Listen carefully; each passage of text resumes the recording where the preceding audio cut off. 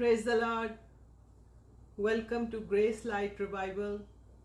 मैं Persis Herbert आपके साथ एक और नए टॉपिक एक छोटे से सरमन के साथ हाजिर हूँ।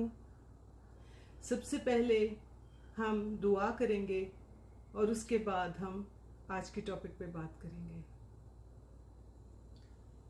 आई खुदावन तेरा शुक्र अदा करती हूँ कि तू मेरी ज़िंदगी है और तुझसे जुदा होके मैं कुछ नहीं कर सकती। आज के इस प्रोग्राम को तेरे कदमों में रखती हूँ और बरकत मांगती हूँ मेरे बोलने में, मेरे कलाम देने में और लोगों के सुनने पे तेरी खास बरकत हो। Holi spirit, I welcome you. खुदावन देखने वाले और सुनने वाले इससे आई खुदावन ब्लेस्ड हों और उनको तमाम इब्लीसी कुव्वतों से और तमाम बीमारियों और कमज़ोरियों से रिहाई दे। सब कुछ मांगती हूँ तेरे पाक और मीठे नाम से मांगती हूँ, आमीन।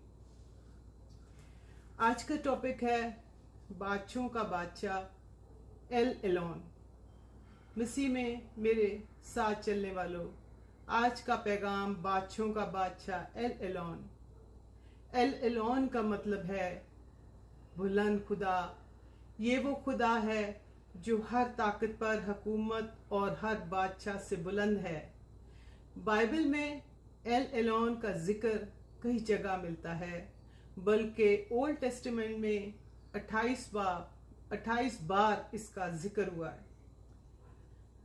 जैसे पैदाइश की किताब में 20वां पैदाइश 14 से 18 आयत, फिर दानियल की किताब में 4 से 17 और ज़बूर 91 में पहली आयत से। बाइबल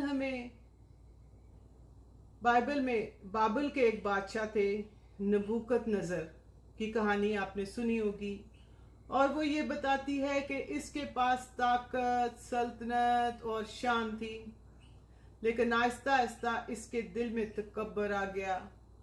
वो समझने लगा कि ये सब उसकी अपनी ताकत का नतीजा है। लेकिन जब इंसान खुदा को भूल जाता है तो खुदा इसे याद दिलाता है कि असल हुकूमत खुदा की है। बादशाह ने ख्वाब देखा और उसने ख्वाब में देखा कि एक बहुत बड़ा दरख्त जो आसमान तक पहुंच रहा था, इसमें फल थे, परिंदे इस पर बसेरा करते थे और जानवर इसके नीचे पनाह लेते थे। फिर एक फरिश्ता आया और कहा, इस दरख्त को काट दो। दानियल नबी ने बताया कि ये दरख्त खुद बादशाह की अलामत है और इसके तकब्बर की वजह से खुदा इसकी सल्तनत गिरा देगा। एक दिन बादशाह ने कहा, ये अजीम बाबिल क्या मैंने अपनी ताकत से नहीं बनाया? इसी वक्त खुदा का फैसला आया। इसकी अकल जाती रही और वो जानवरों की तरह रहने लगा।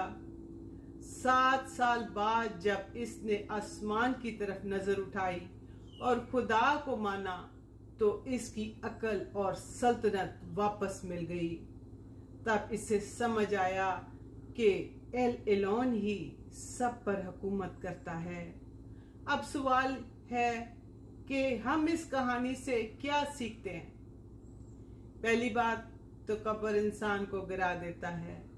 जब इंसान समझने लगता है कि सब कुछ इसकी अपनी ताकत से है तो वो खुदा को भूल जाता है। लेकिन खुदा हमें याद दिलाता है कि असल ताकत सिर्फ खुदा के पास है।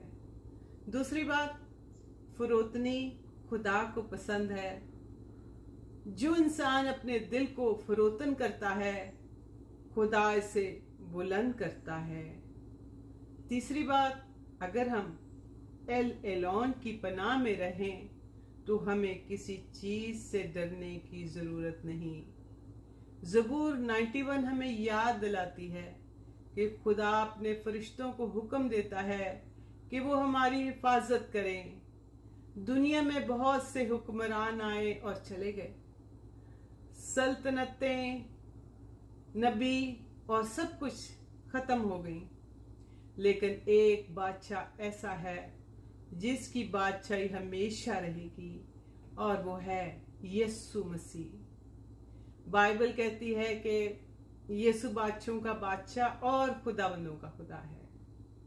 इसकी हुकूमत इंसाफ, मोहब्बत और सच्चाई की हुकूमत है, और एक दिन वो दोबारा आएगा और सारी जमीन पर इसकी बादशाही कायम होगी। आए हम अपने दिल को फरोतन बनाएं और खुदा को अपनी जिंदगी का बादशाह माने, क्योंकि एल एलोन ही सबसे बुलंद खुदा है और यीशु मसीह ही बादशाहों का बादशाह है। आमीन। Praise the Lord. आपसे रिक्वेस्ट करती हूँ, अगर आप को इस मैसेज ने छुआ है तो अपने दिल को फरोतन बनाएं, आप दुआ करें, आप रोज़ा रखें क्योंकि ये रोज़ों का महीना है, आप खुदा की बिशारत करें, आप अपनी गवाहियों का जिक्र लोगों से करें। खुदावन खुश होता है इससे।